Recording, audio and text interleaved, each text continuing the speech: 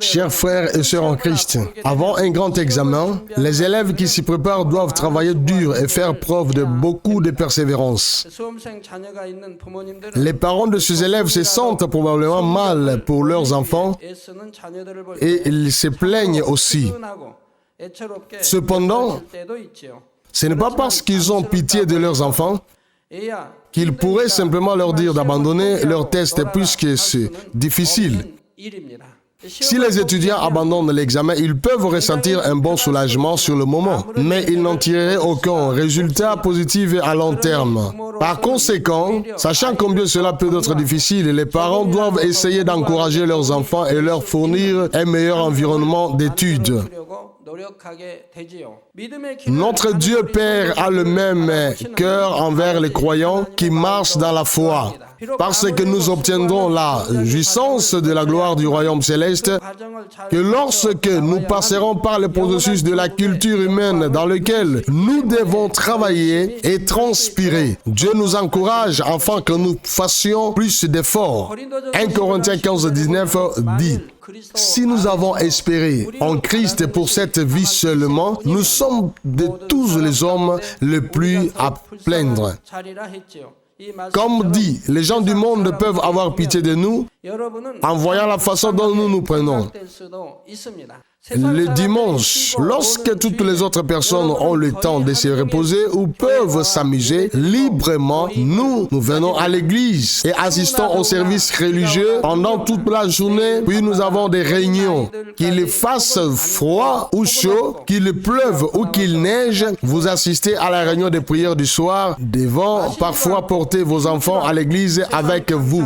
Comme nous ne buvons pas, ne fumons pas et ne profitons pas d'autres plaisirs mondains, les gens du monde peuvent passer. Quel genre de plaisir ont-ils dans leur vie? Beaucoup de gens ne font pas vraiment d'efforts pour travailler dur, mais ceux qui mènent une vie fidèle peuvent toujours être plus consciencieux sur leur lieu de travail et travailler avec plus d'honnêteté. Donc, il peut sembler que nous prenions un chemin plus difficile. Même si quelqu'un frappe notre joue droite sans raison valable, au lieu de lui rendre l'appareil, vous préférez rendre la joue gauche pour lui. Mais ne dis pas que même si tu es un idiot, tu vas aussi être battu parce que tu as reçu un gifle sur la joue droite après avoir combattu. Notre Dieu aime beaucoup la bonté parce que notre Dieu est bon. Nous voulons que nos enfants soient bons. Je déteste le mal. C'est pourquoi Dieu nous dit de rejeter même l'apparence du mal. Mais même si vous engagez dans la voie étroite, ce n'est pas une voie pitoyable et insensée à prendre. Cela peut sembler difficile aux yeux des gens du monde, mais au bout de ce chemin étroit, une porte glorieuse du royaume céleste nous attend. C'est une porte que nous devons tous franchir. Ainsi, Dieu nous dit d'emprunter le chemin étroit et nous donne la grâce et la force pour que nous puissions bien courir la course.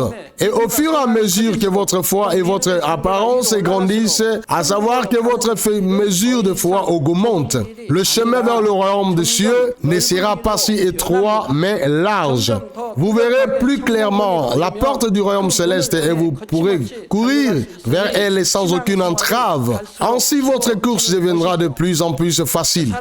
À travers ce message, j'espère que la foi de nos frères et sœurs bien-aimés grandira et que vous serez remplis d'une espérance débordante pour le ciel. Je prie au nom du Seigneur pour que vous couriez la course vers le royaume céleste avec bonheur et plénitude chaque jour. Chers frères et sœurs en Christ, ceci est le 7e sermon sur la mesure de la foi. Et comme nous continuons à partir de la dernière session, je veux expliquer le 2e niveau de la foi. Tout comme un bébé est enregistré en tant que citoyen au bureau du gouvernement local après son naissance, lorsqu'une personne accepte le Seigneur et est sauvée, son nom est enregistré dans le livre de vie au ciel. Une fois qu'ils reçoivent le salut et reçoivent le Saint-Esprit, ils deviennent enfants de Dieu et peuvent croire en Dieu le Créateur et qu'il y a un paradis et un enfer. Ils peuvent également croire que Jésus-Christ est leur sauveur personnel. Mais parce qu'ils ne connaissent pas très bien la vérité, ils ne vivront pas encore une vie différente de celle des gens du monde. Ils se contenteront probablement d'aller à l'église et de vivre une vie qui n'est pas très différente de celle qu'ils menaient avant d'accepter le Seigneur. Puis, en écoutant davantage la parole de Dieu, ils se rendent compte qu'ils doivent vivre selon la vérité. C'est maintenant qu'il commence à essayer de vivre selon la parole apprise.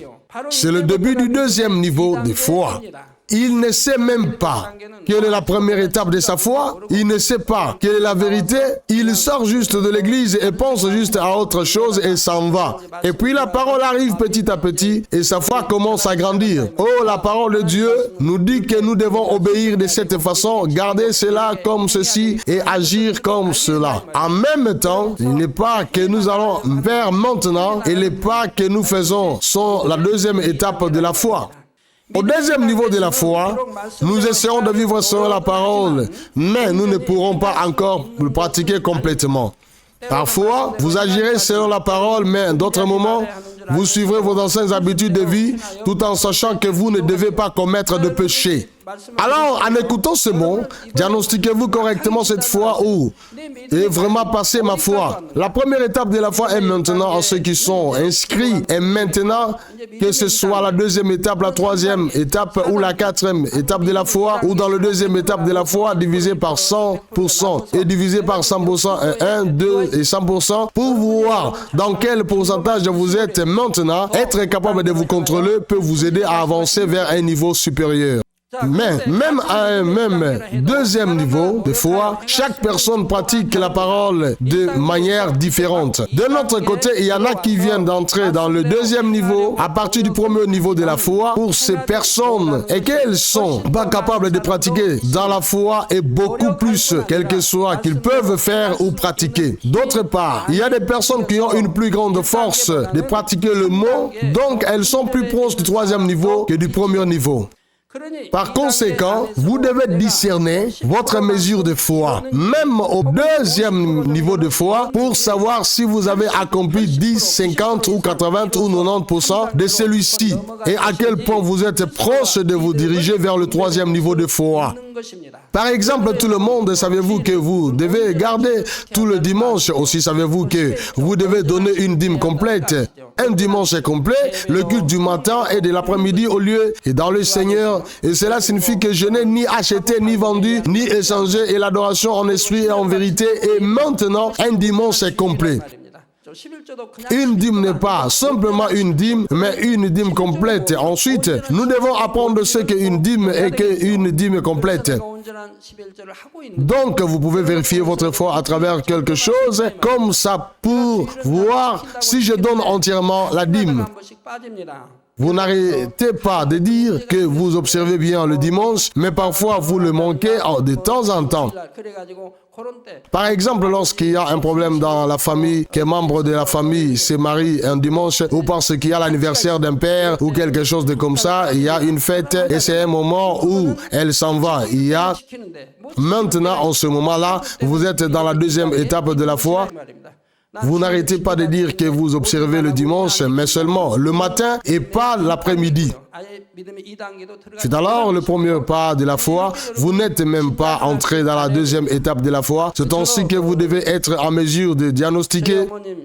Ma mère est décédée à l'âge de 91 ans et c'était un autre dimanche, c'était 7 heures, un dimanche matin quand j'ai reçu un appel de la campagne. Donc même s'il était 7 heures du matin, j'ai eu tous les services d'adoration ce jour-là. Le premier partie, la deuxième partie et même le service du soir. Et même je suis descendu à la campagne. Je suis descendu, mais mon frère est né à la campagne.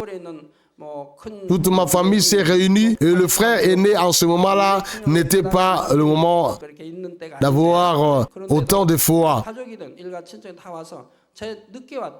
Mais même ainsi, ma famille et mes proches sont tous venus et ont dit que j'étais en retard. Je n'ai vu personne me parler. Au contraire, je vis qu'il était très heureux et qu'ils étaient très heureux de tout cela. Des enfants, je dois y assister, mais les a vus se réjouir et les réconforter. La foi peut impressionner ma famille selon ce que j'ai fait et ces enfants est un enfant qui croit vraiment. et un enfant qui croit vraiment en Dieu. Chers frères et sœurs en Christ, même si vous avez des fonctions importantes dans l'Église, si vous continuez à ne pas pratiquer la parole et à vivre dans la contre-vérité, cela signifie que vous êtes au deuxième niveau de la foi et que vous avez une foi d'enfant. Cela s'applique même aux pasteurs, aux anciens, aux diaconesses supérieures et aux responsables des cellules et aux enseignants de l'école du dimanche également. Dieu regarde le cœur intérieur des gens et il ne mesure pas notre foi en fonction de nos titres d'église, du temps pendant lequel nous avons été chrétiens ou de la façon dont nous connaissons la parole de Dieu et l'enseignant. Il regarde à quel point nous obéissons à la parole et agissons dans la vérité. 1 Corinthiens 3, 1 à 3 dit « Et moi, frères et sœurs, je n'ai pas pu vous parler comme à des hommes spirituels, mais seulement comme à des hommes charnels, comme à des enfants en Christ. Je vous ai donné du lait à boire et non des aliments solides, car vous n'étiez pas encore capable de les consommer, mais maintenant encore, vous n'êtes pas encore capable, car vous êtes encore charnels, car puisqu'il y a parmi vous de la jalousie et de la querelle, n'êtes-vous pas charnels, et ne marchez-vous pas comme ce genre ordinaire. Je ne dirai maintenant que je l'ai fait comme je fais avec les petits-enfants en Christ. Il dit, je ne pourrai pas vous parler en tant que personne spirituelle, mais seulement en tant que charnel. En d'autres termes, ce n'est que le premier ou le deuxième niveau de sa foi. Donc, il ne m'aime pas à manger. Je ne peux pas le nourrir. Je ne dis maintenant que je l'ai traité comme un enfant. C'est parce qu'il est charnel. Il ne peut pas vivre par la parole. Il ne peut même pas vivre dans la lumière, donc il est de chair. Et donc, et moi, frères et sœurs, je n'ai pas pu vous parler comme à des personnes spirituelles, mais seulement comme à des personnes charnelles, comme à des enfants en Christ. Je vous ai donné du lait à boire et non de la nourriture solide, car vous n'êtes pas encore capable de voir. En effet, maintenant, encore vous n'êtes pas encore capable, car vous êtes encore charnel, car puisqu'il y a parmi vous la jalousie et de querelle, n'êtes-vous pas charnel? Et ne marchez-vous pas comme ces simples hommes? C'est-à-dire, vous toujours jaloux. Et jaloux de quelque chose? Alors vous êtes dans la chair. La jalousie, les jugements et les condamnations et les commérages qui sont tous dans la chair. Cela signifie que ce n'est que le premier ou le deuxième niveau de foi. Je veux dire, c'est juste un enfant. Votre foi est une ancienne. C'est grand diaconesse. C'est le chef de la mission, c'est le chef du quartier. Si tel est le cas, il doit y avoir le troisième niveau de foi. Mais vous êtes toujours jaloux et il y en a beaucoup plus. Mais s'il y en a le premier ou le deuxième étape de la foi, par conséquent, puisqu'ils ne grandissent pas, ils ne sont que des croyants comme des enfants. Et ils sont des chairs. Nous devons appartenir à l'esprit. Dieu étant un esprit, et ceux qui nous adorent doivent être de notre esprit. Et qui nous dit d'adorer en esprit et en vérité. Par conséquent, vous ne pouvez pas manger des choses spirituelles et vous ne pouvez pas avoir une telle foi et ainsi. Comme il est dit, n'êtes-vous pas charnel et ne marchez-vous pas comme les gens ordinaires? Alors tout le monde, en écoutant ce mot et en pensant peut-être suis-je toujours jaloux et jaloux. N'est-ce pas de l'envie ou de la jalousie parce qu'un collègue de l'entreprise a été traité et promu plus rapidement que moi, ou étiez-vous pas envieux et jaloux et que vous avez été loué et par le président de l'église ou quelqu'un d'autre dans l'église? Les étudiants ne sont-ils pas jaloux? Les étudiants qui étudient bien, n'étiez-vous pas jaloux ou jaloux parce que vous n'étiez particulièrement aimé par votre professeur? Dans des moments comme ceci, il existe encore de telles mal jalousies. Ce sont ceux qui sont charnels et qui sont au premier et au deuxième étape de la foi. Si vous êtes jaloux et avez des querelles avec les autres, cela signifie que vous n'êtes pas débarrassé de vos œuvres de chair. Si vous avez ce genre de cœur et que vous montrez de tels actes, alors vous révélez que vous êtes encore dans la chair et que vous êtes au deuxième de la foi où nous marchons comme des gens de ce monde. Bien sûr, si vous êtes un nouveau croyant et un nouveau dans la foi, Dieu vous donnera la grâce et la grâce autant que vous essayez le deuxième niveau de la foi. Ainsi, vous recevrez la chance d'être plus rempli du Saint-Esprit. Mais si vous êtes resté au deuxième niveau de foi pendant de nombreuses années, même si vous êtes chrétien depuis longtemps et que vous avez peut-être aussi un titre d'église, vous construirez plutôt un mur contre Dieu. Si les gens qui devraient être au troisième et au quatrième niveau de foi et ceux qui devraient être le croyant qui mange du riz disent qu'ils allaient toujours et appartiennent toujours à la chair, alors ils érige continuellement un mur du péché avec Dieu. Les péchés doivent être détruits et les choses qui existent doivent être détruites. Mais les péchés s'accumulent plutôt. Et d'autres termes, vous devez être un croyant qui mangeait du riz. Mais puisque vous êtes un croyant qui est allaité,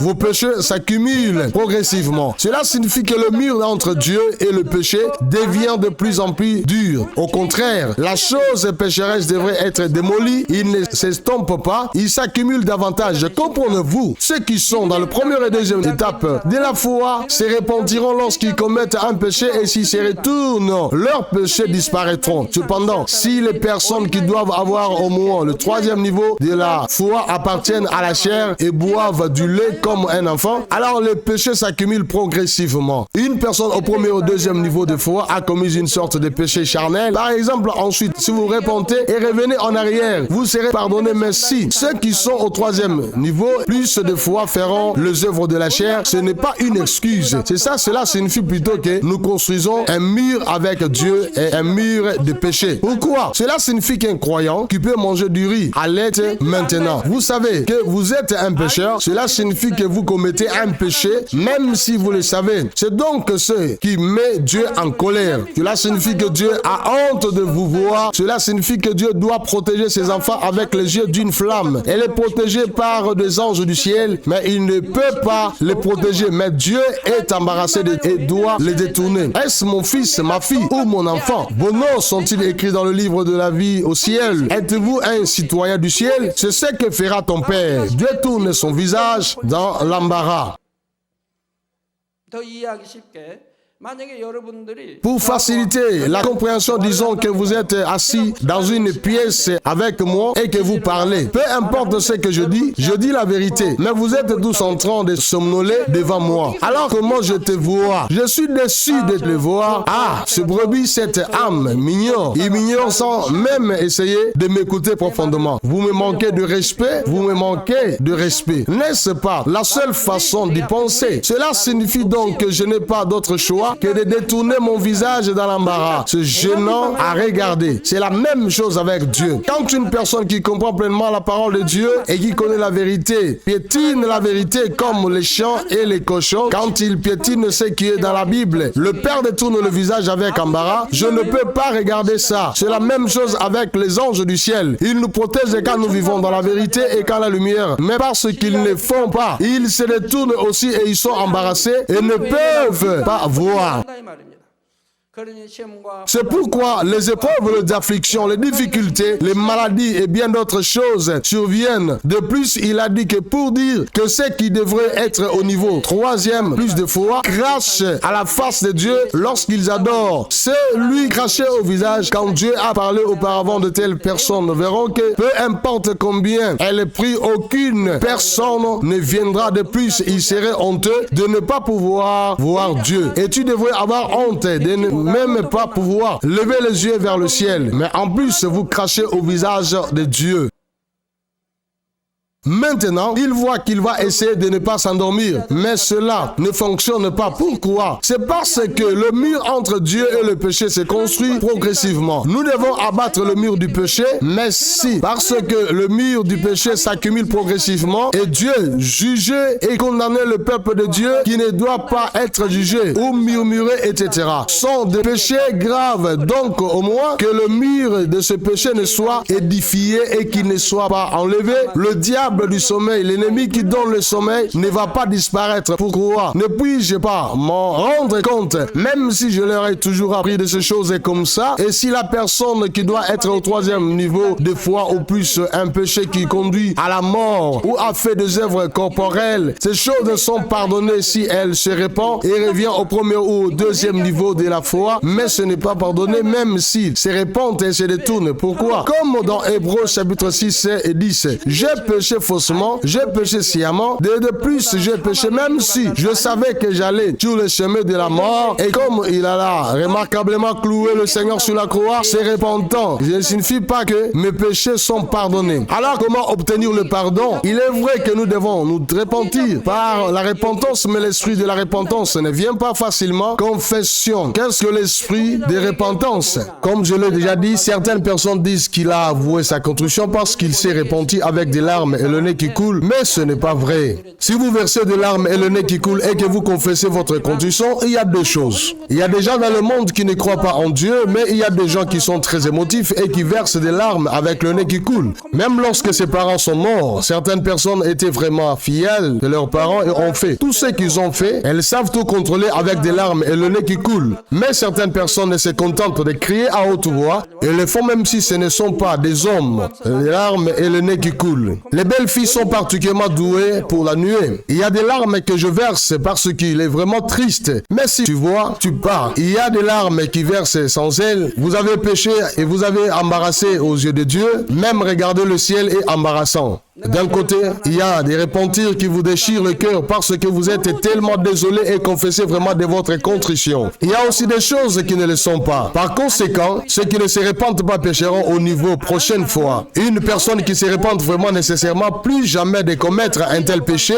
ces mots ont été sortis de son esprit. C'est pourquoi, même dans le cœur, de tels péchés et de telles choses dit paressemment. Cependant, la chose qui est restée dans son cœur n'était pas aveu et contrition, mais il le mesure temporairement. Donc ce n'est pas que Dieu se trompe de temps en temps. Ça arrive 2 fois ou 3 fois, peu importe combien de larmes ou le nez qui coule. Dieu n'accepte pas ces paroles. Pourquoi? Parce que c'est faux. Parce que ce n'est pas vrai. Cela signifie que le Père ne l'accepte pas parce qu'il n'est pas vraiment repenti et il ne s'est pas détourné du cœur. Ensuite, le première, deuxième et troisième étape de la foi sont si différentes. Cela signifie que la première ou la deuxième étape de la foi n'a pas encore force surmontée. Cela signifie que nous n'avons pas la force de vaincre le péché et avons peu de foi. C'est une foi de la taille d'une grande graine de moutarde, mais tu essayes de vivre selon la parole. Cela signifie que Dieu est content. Rien qu'en le regardant et maintenant pendant que nous prions, nous essayons toujours de nous battre alors que nous attendons toujours la parole et nous surmontons ces paroles. Et cela signifie que nous nous dirigeons vers la troisième étape de la foi, c'est la croyance. Cependant, lorsque les personnes au niveau 3 ou supérieur de la foi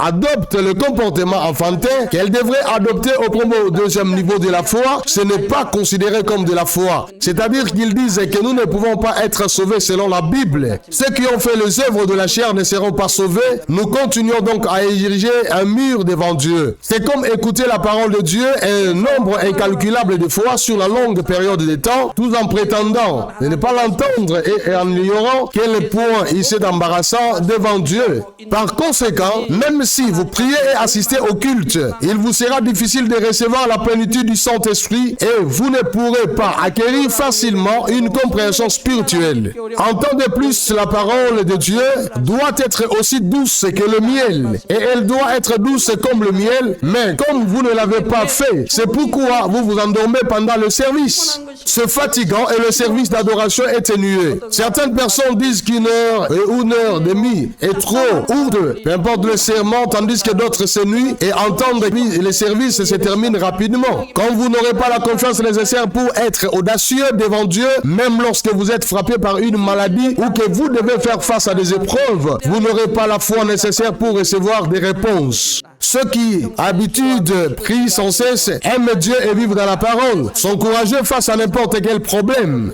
Il a dit parce que jamais Dieu, le preuve de l'amour était de garder les commandements, parce que je t'aime, j'ai de l'audace, donc il y a un problème, que je me à genoux devant Dieu et je prie. Sinon, vous devenez au temple et vous priez et vous verrez que vos problèmes ont résolu et répondu par cette prière. Peu importe le type de maladie qui vient, j'ai le courage de confiance avec Dieu et avec foi, vous verrez que vous recevez des réponses par cette foi. Quand vous ne le faites pas, le monde vient à l'esprit et cela rappelle l'hôpital et ce que je fais. C'est donc à de telles personnes qui est dit dans Hébreux 5, 12, 14, car bien qu'à cette heure, vous devriez être des enseignants. Tout le monde, si vous dites que vous avez vécu une longue vie de foi, et devriez-vous pas être dans un poste d'enseignant et si une croyance parentale, c'est encore plus vrai.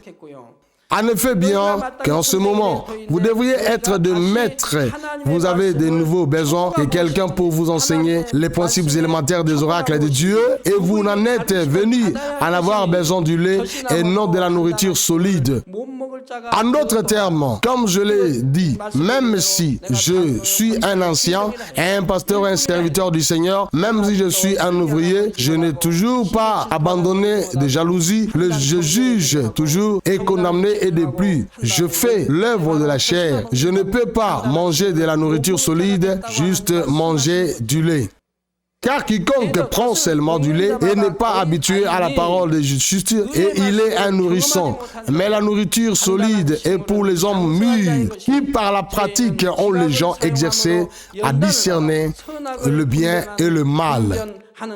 Alors maintenant que vous avez ce qui est bien et ce qui est mal, vous ne suivrez que le bien. Et si vous êtes dans un poste d'enseignant, vous devez faire cependant une personne ne doit suivre que le bien, ne suit pas le bien et commet de tels péchés que Dieu déteste. Il dit que Dieu ne peut pas distinguer le bien et le mal. Si vous dites extrêmement, vous suivrez le bien, car il y aura toujours un jugement.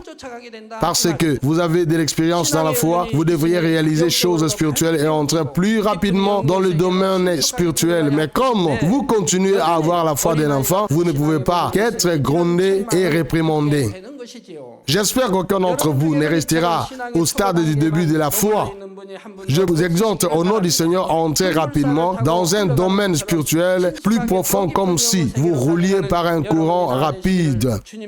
Chers frères et sœurs en Christ, alors que le jardin demeure des récompenses recevront les personnes du deuxième niveau de la foi. Au premier niveau de la foi, vous finirez au paradis et vous n'aurez pas de maison personnelle ni de récompenses personnelles. Mais au deuxième niveau, vous entrerez dans le premier royaume des cieux. Dans le premier royaume des cieux, vous recevrez au moins une maison personnelle, une couronne et quelques récompenses. Ce n'est pas parce que c'est une maison privée que c'est une maison. Ce n'est pas une maison privée, c'est une maison à propriété. 2 Timothée chapitre 2, 5 et 6 dit. Et aussi, si quelqu'un concourt comme un athlète, il ne remporte pas le prix s'il ne court pas selon les règles. En d'autres termes, vous devez vivre selon la parole de Dieu, mais si vous ne vivez pas, vous ne gagnerez pas la couronne parce que vous n'avez pas joué selon la loi. Je veux dire, tu ne peux pas avoir de prix. Cela signifie que vous allez au paradis parce que c'est un salut honteux. Père ne peut t'abandonner car il a toujours avoué que tu croyais en Dieu, alors il te sauve. C'est pourquoi vous allez au paradis simplement parce que c'est un salut honteux. Et il n'y a pas de couronne non plus, il n'y a pas de prix, pas de maison. Vous devez le faire conformément à la loi. Sinon, vous obtiendrez la couronne parce que vous ne le faites pas. Même si vous faites 100 mètres ou un marathon, vous devez le faire conformément à la loi. Qu'il s'agisse de football, de baseball ou autre, c'est la même chose. Sur la loi, il y a une seule loi fixe. Si je devais courir un marathon, je devais suivre un parcours régulier, mais s'il y avait un chemin court que je connaissais, alors que je l'ai pris et je suis allé de côté là, oui, même si je n'arrivais très tôt, il n'y a pas de récompense parce que cela n'a pas été fait conformément à la loi. Si vous courez 100 mètres, vous n'avez pas à faire le tour d'une ligne, mais ce n'est pas le tour d'une ligne. Alors, je l'ai juste battu, je suis revenu ensuite. Vous ne l'avez pas fait conformément à la loi, donc il n'y a aucune récompense pour cela.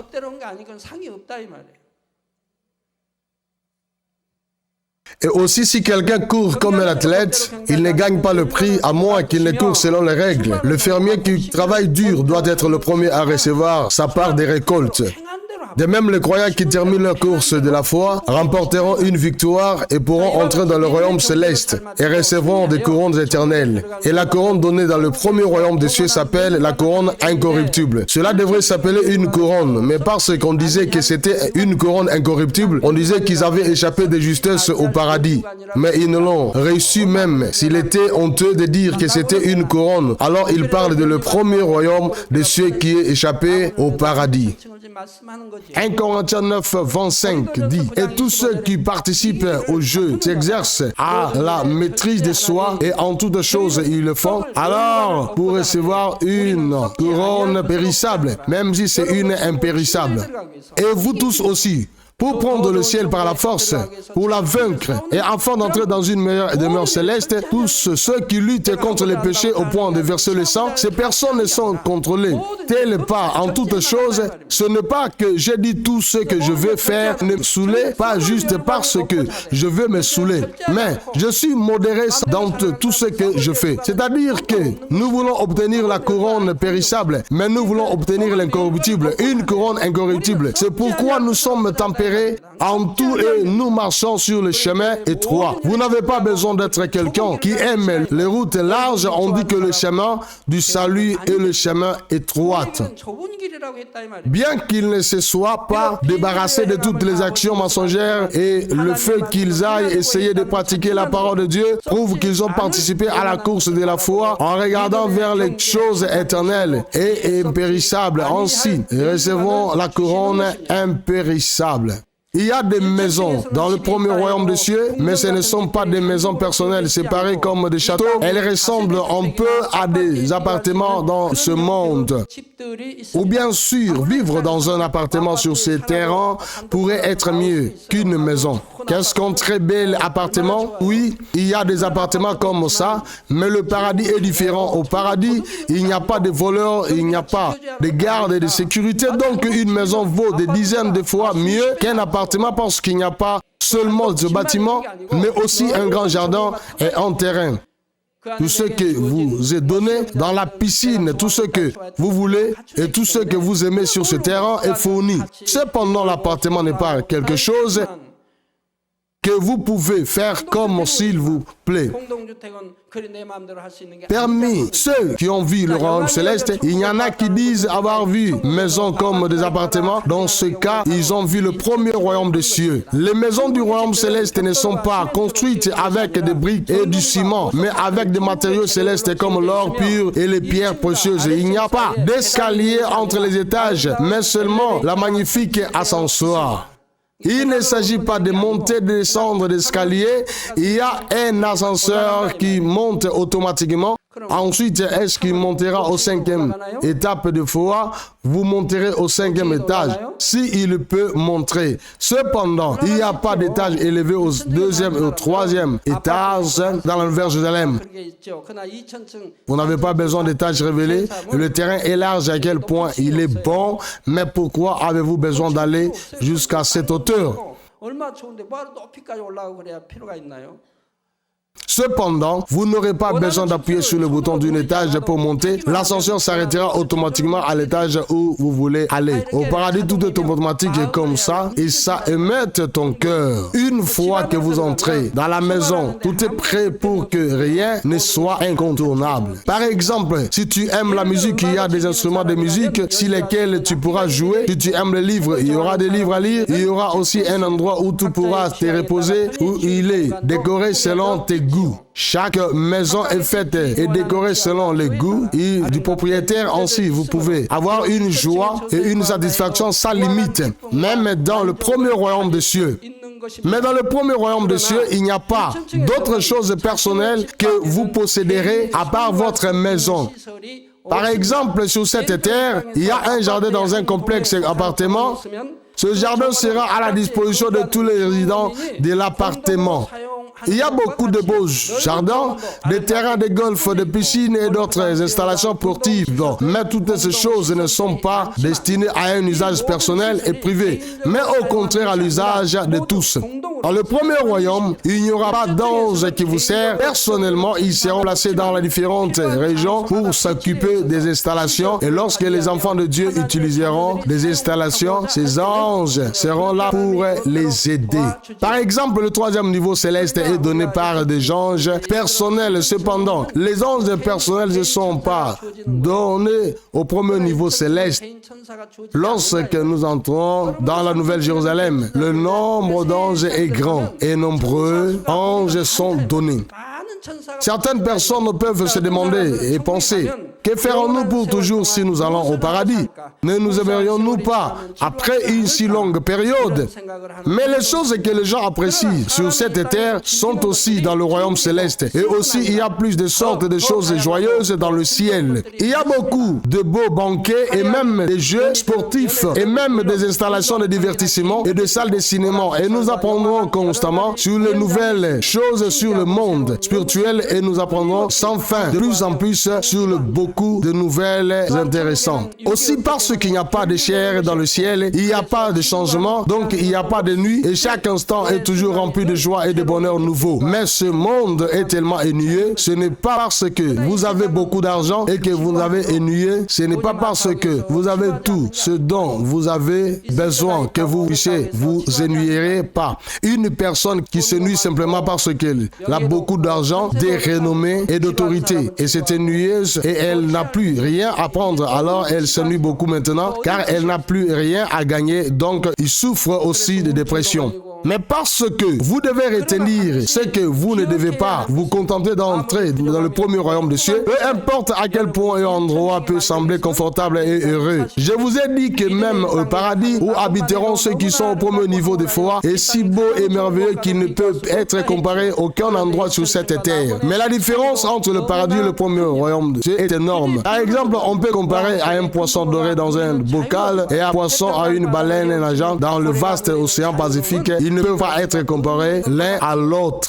Ne vous sentez-vous pas désolé pour le poisson dans le bocal? Vous pouvez être heureux, mais le poisson sont ennuyés, bien que l'aquarium soit sûr. Mais à quel point serait-il libre si les poissons nageaient dans la rivière et nageaient dans la mer? C'est très pitoyable de voir un oiseau à gage. N'avez-vous pas envie de le souffler? Comme serait heureux un oiseau qui vole dans le ciel et chante à travers le forêt. Mais les oiseaux de la maison ont aussi un avantage. Les oiseaux n'ont pas à se soucier de la nourriture. Mais la différence entre le premier et le deuxième royaume est plus grande que cela. Et la différence entre le deuxième royaume et le troisième royaume où ces enfants qui sont sanctifiés sont habités est comme la différence entre le ciel et la terre et le bonheur dans la Nouvelle Jérusalem et dans le troisième royaume et ne peut absolument être comparé. Mais avec des moyens limités de s'exprimer, les compréhensions basées sur les choses de cette terre, nous ne pouvons pas expliquer la beauté et le bonheur même du paradis. En même temps, nous pouvons expliquer la Nouvelle Jérusalem. Notre Dieu Père désire ardemment que vous vous empariez de la Nouvelle Jérusalem. La meilleure demeure que vous la preniez par force et que vous y entrez. Ainsi, aussi bon que soit le paradis et le premier royaume, vous ne devez jamais vous y arrêter. Vous devez faire votre course avec diligence jusqu'à ce que vous passiez le premier et le deuxième royaume et que vous atteigniez la Nouvelle Jérusalem. Chers frères et sœurs en Christ, au deuxième niveau de la foi, j'ai expliqué que nous essayerons alors de commencer à vivre selon la parole de Dieu, mais à ce niveau, vous ne pratiquerez pas la parole avec votre cœur et en comprenant la volonté de Dieu. Vous allez essayer d'obéir à la parole de Dieu avec le sentiment d'accomplir un devoir parce que vous avez appris que c'est la parole de Dieu que vous devez obéir à cela. Par exemple, lorsque Dieu nous dit de respecter le sabbat, il y a une raison. Le jour du sabbat est un jour où Dieu nous donne des bénédictions et il nous montre que nous appartenons à lui spirituellement en gardant le sabbat. Ainsi, l'ennemi diable et Satan ne peuvent pas nous apporter des épreuves et des difficultés. Mais observez pleinement le jour du sabbat, gardez complètement. Dieu l'a dit et c'est une bénédiction si vous le gardez complètement. Vous connaissez l'autorité spirituelle de Dieu, donc Dieu vous reconnaît aussi comme fils et filles de Dieu. C'est pourquoi les anges de l'Assemblée céleste vous protégeront.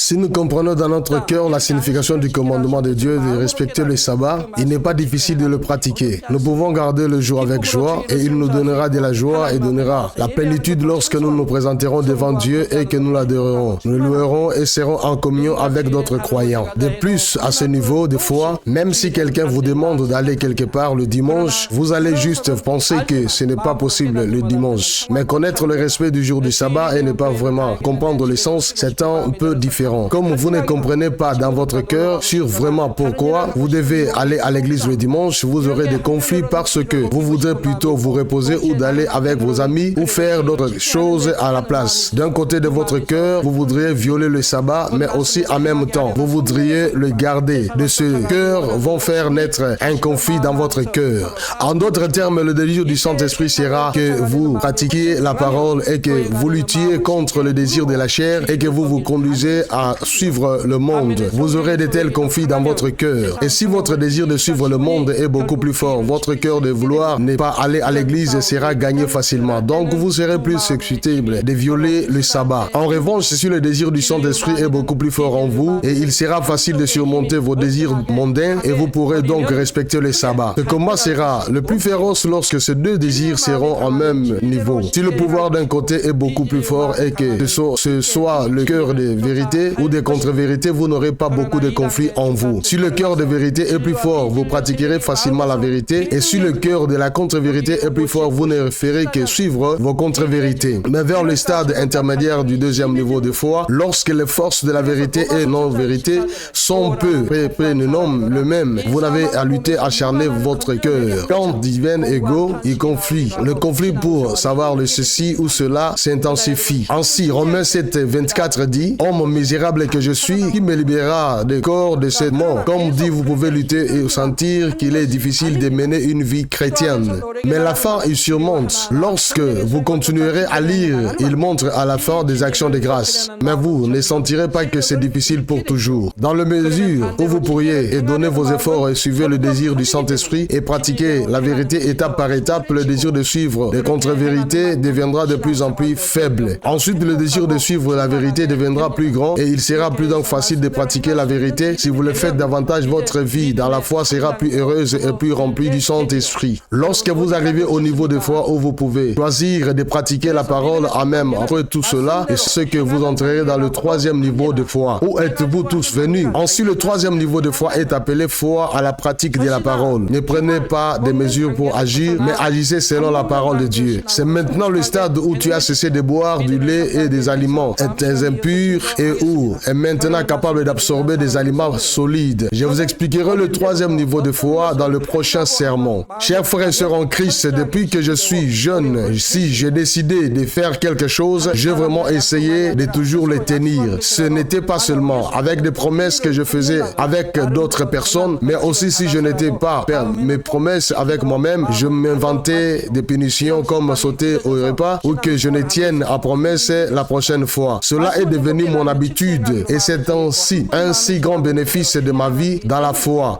Une fois que j'ai écouté la parole et que je l'ai comprise et me suis fait une idée, et une fois que je me suis fait une idée, j'ai agi en fonction de celle-ci. Pour que vous puissiez accéder rapidement au niveau supérieur de la foi, il est très important de faire que vous puissiez décider de faire dans votre cœur sans le changer. J'espère que vous obéirez à la volonté de Dieu dès que vous la comprendrez et que vous ne changerez pas vos habitudes à mi-chemin. Je prie au nom du Seigneur que Dieu déverse sa grâce et sa force sur ceux qui pratiquent la parole et vous conduisent plus rapidement vers le domaine spirituel le plus en plus profond. Prions.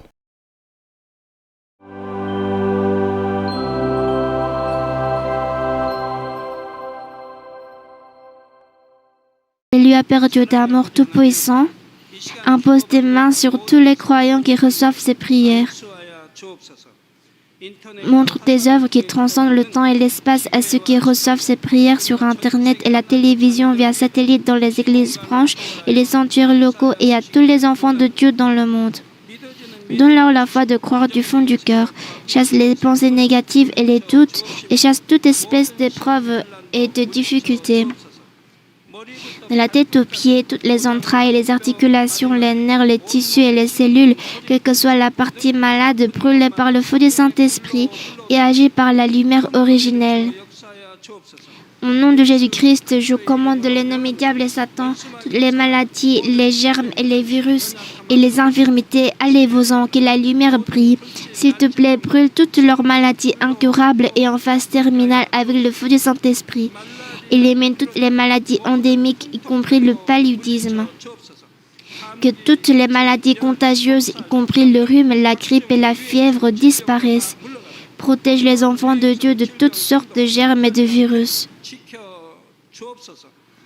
Guéris-les de tous les cancers de l'estomac, du poumon, du foie, du sein, de l'utérus et de l'intestin, que le sida, la leucémie, l'apoplexie cérébrale, l'hypertension et l'hypotension artérielle, le diabète, les problèmes thyroïdiens, les maladies cardiaques et pulmonaires et féminines et toutes les inflammations quittent. Laisse-les être guéris de la poliomyélite, des accidents vasculaires cérébraux, de l'arthrite et des hernies discales. Que les maux de dos, les maux de tête, et les névralgies et toutes les autres douleurs disparaissent. Que l'épilepsie, l'autisme, la dépression, la névrose et d'autres maladies mentales disparaissent. Que tous les paralytiques se lèvent, sautent et marchent. Que leur mauvaise vue soit rétablie et que leur force auditive devienne normale. Que les aveugles reçoivent la vue, les sourds entendent et les muets parlent. Guéris les enfants de Dieu des suites de toutes sortes d'accidents. Répare les os brisés. Restaure les enfants de Dieu des brûlures. Que la chaleur et la sensation de brûlure disparaissent. Père, agis qu'il ne reste plus de cicatrices. Guéris toutes sortes de toxicomanie, d'empoisonnement et d'abus de substances. Fais revivre les cellules et les nerfs morts. Ramène les morts à la vie. Donne la bénédiction de la conception. Recevez la bénédiction de la conception. Au nom de Jésus-Christ, je commande l'ennemi diable et Satan, le prince de la puissance de l'air, les forces du mal des lieux célestes et leurs serviteurs. Allez-vous-en. Allez-vous-en tous esprits méchants, impurs, fous et trompeurs, et toutes les forces des ténèbres. Délie les liens de la méchanceté et fait que toutes les puissances des ténèbres les quittent. Que la lumière brille. Père Dieu, donne-leur la force de crier dans la prière et la force de rejeter les péchés et de se sanctifier. Comme leurs âmes prospèrent, que tout se passe bien avec eux et que leur famille soit évangélisée. Protège-les de toutes sortes d'accidents et de désastres tout au long de cette semaine et bénis-les pour mener une vie prospère sans aucun problème. Avec les murs enflammés du Saint-Esprit et l'armée céleste et les anges, et avec des yeux flamboyants, protège tous tes enfants, leurs familles, leurs lieux de travail et leurs champs d'affaires. Donne nos élèves la sagesse et l'intelligence, et donne-leur l'enthousiasme et la ferveur pour étudier. S'il te plaît, garde leur cœur et leurs esprits des choses mondaines et laisse-les aimer Dieu avec plus de ferveur. Quoi que les enfants de Dieu mangent ou boivent ou quoi qu'ils fassent tout pour te glorifier, Père Dieu. Qu'ils soient capables de témoigner au sujet du Dieu vivant en disant « J'ai rencontré et expérimenté Dieu et j'ai reçu ses réponses et bénédictions. » Père Dieu, merci, sois glorifié seul. Au nom de notre Seigneur Jésus-Christ, je prie. Amen.